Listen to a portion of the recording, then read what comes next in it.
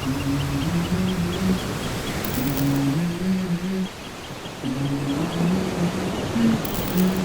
go. I wake up to a little bit of drool on my pillow, feel like it's gonna be a bad day.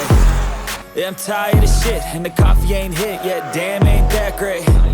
I don't wanna go to work cause my Halo pemirsa Toviva dan 100kpj.com, ketemu lagi dengan saya. Saat ini saya sedang berada di sirkuit Mandalika pemirsa. Saya mendapatkan kesempatan untuk mencoba langsung All New Honda Civic Type R yang pertama kali dihadirkan oleh PT Honda Prospect Motor pada Maret 2023. Honda Civic Type R dengan berkode FL5 ini mengalami perubahan total dibandingkan FK8 yang pertama kali masuk Indonesia pada tahun 2017 pemirsa. Secara basic dia sebenarnya sama kayak All New Civic Hatchback tapi yang nggak masuk pasar Indonesia. Jadi yang masuk ke pasar Indonesia adalah yang versi sedannya yang All New Civic RS. Desainnya dilihat mirip dengan Civic RS, lampunya dibuat sipit, grillnya juga banyak bolongan-bolongan. Tapi yang menarik dari desain eksterior All New Honda Civic Type R ini adalah dia bodinya dibuat lebih wide pemirsa. Jadi terlihat dari bagian samping tuh lebih seksi gitu dibandingkan versi sebelumnya.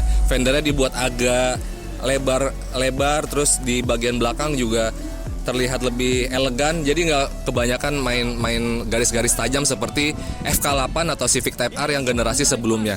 Kalau di Civic Type R ini, jadi diberikan beberapa aksen yang membedakannya dia dengan hatchback tersebut pemirsa. Fendernya di bawahnya ada lubang udara juga nih untuk mengalirkan udara dari depan untuk aerodinamikanya. Terus di bagian sampingnya juga dia peleknya sekarang menjadi 19 inci. Sebelumnya kan yang FK8-nya itu 20 inci. Kalau yang versi sekarang itu 19 inci dibuat lebih kecil. Mungkin ada alasan tertentu di mana mobil dengan performa tinggi ini membutuhkan handling atau bermanuvernya agar lebih baik lagi. Jadi mungkin peleknya dibuat lebih kecil. Dibalut ban Michelin Pilot Sport berukuran 265/30 depan dan belakang. Cukup lebar nih, lebar banget nih, 265 di bagian kap mesinnya. Ini bukannya ice scoop tapi hanya sekedar lubang udara. Jadi lubang udara ini tujuannya untuk mengalirkan udara dari bagian depan grill dibuang lagi nih ke atas. Terus di bagian belakangnya diffusernya dibuat tidak sewarna dengan body. Ini kebetulan yang saya review warna putih, diffuser warna hitam. Nah di sini kan knalpotnya ada 3 nih. Saya juga nggak tahu nih jalur knalpotnya atau jalur pembuangnya seperti apa karena mesin 4 dia kan juga menggunakan mesin 4 silinder. Tapi ini knalpot di bagian tengah kenapa dia besar sendiri? Jadi di bagian tengahnya itu kayak ada katup gitu pemirsa. Jadi ketika kita memilih mode sport atau R+, jadi dia tuh katupnya kebuka. Itu tujuannya untuk lebih memberikan performa yang lebih maksimal dan suaranya lebih besar lagi. Yang agak mengganjal di sini adalah di bagian spoiler. Jadi seakan-akan dia tuh kayak aftermarket pemirsa. Cuman beda sama yang Civic Type R yang FK8. Kalau FK8, yang FK8 itu kan dia dibuat menyatu gini. Kalau ini terlihat terpisah gitu. Udah nih bagian lampu belakang juga sama dengan Civic RS atau Civic Hatchback yang ada di pasar global. Desainnya semuanya sama sebenarnya kayak Civic RS yang dijual di Indonesia yang versi sedannya. Dari kisi-kisi AC juga semuanya sama. Cuman yang membedakan dia adalah ini pemirsa, lihat transmisinya manual 6 percepatan. Terus di sini dilengkapi dengan mode R+. Ini ada drive mode-nya juga, parking elektrik, brake home, jok model balap semi bucket, dibalut bahan Alcantara merah, semuanya merah di depan, belakang. Terus ini joknya masih bisa dimaju mundur ya pemirsa. Terus panel odometernya digital, tetap ada head unit meskipun mobil ini mengincar performa, maksudnya sistem hiburannya tetap didukung mumpuni. Jadi mobil ini harganya 1,4 miliar on the road dan menjadi mobil termahal Honda di pasar Indonesia. Di mana Honda Prospect Motor untuk pasar Indonesia sendiri sebenarnya terbatas. Jadi di awal kemunculannya pada Maret itu baru 10 konsumen yang menerima unit. Terakhir tadi saya berbicara dengan pihak PT Honda Prospect Motor bahwa jumlah pemesanannya sampai akhir tahun ini sudah mencapai 114 unit. Jadi sudah ditutup. Jadi kalau ada orang yang mau pesan lagi mobil ini, dilayaninya nanti 2024. Angka itu jauh lebih tinggi dibandingkan dengan Civic Type R yang FK8 yang generasi sebelumnya, di mana dari tahun 2017 sampai terakhir dia dijual sekitar tahun 2020-2021 itu hanya mengantongi penjualan 115 unit.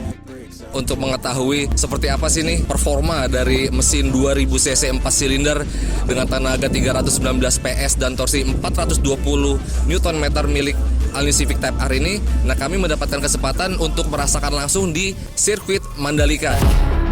You're never gonna look back, 'cause damn, I was built to last. You move slow and I move fast, and that's facts.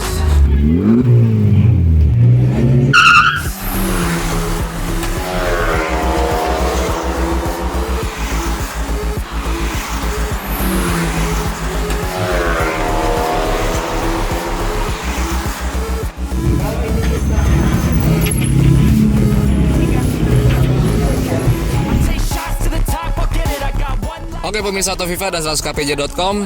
Jadi begitu aja nih review saya soal All New Honda Civic Type R. Dan tadi gue tuh dikasih kesempatan untuk 1 kali atau 1 lap berputar di sirkuit Mandalika, ditemani pembalap Honda langsung Alvin Bahar. Cuman sayangnya tadi saya cuma sampai gigi 4 lah, gigi 5 pun masuk nggak sampai maksimal karena dibatasin lah kecepatannya. Cuman tadi yang saya rasakan dari transmisi manual 6 percepatannya ini responsif banget, terus udah gitu dia presisi banget, nggak kayak mobil-mobil pada umumnya ya. Dia transmisi manualnya tuh bener-bener presisi, jadi antara 1, 2, 3 sampai 3, 4, 5 itu nggak ada salah sama sekali, dia bener-bener langsung masuk aja gitu. Terus koplingnya nggak terlalu keras. Waktu itu saya pernah nyobain Toyota GR Yaris, itu cukup magel, cukup keras ya, maksudnya itu bisa dibayangin kalau lagi macet atau apa. Dan ini tidak terlalu keras pemirsa si koplingnya ditekannya. Jadi buat harian sepertinya sih ya masih oke, meskipun juga peruntukannya kayaknya kurang oke lah kalau buat harian. Makanya tadi di sirkuit juga saya cukup maksimal. Terus setirnya, mobil ini bener-bener mengikuti kemauan si pengendaranya. Suspensinya rigid banget. Terus tadi gue pakai mode R Plus, itu tenaganya responsif banget.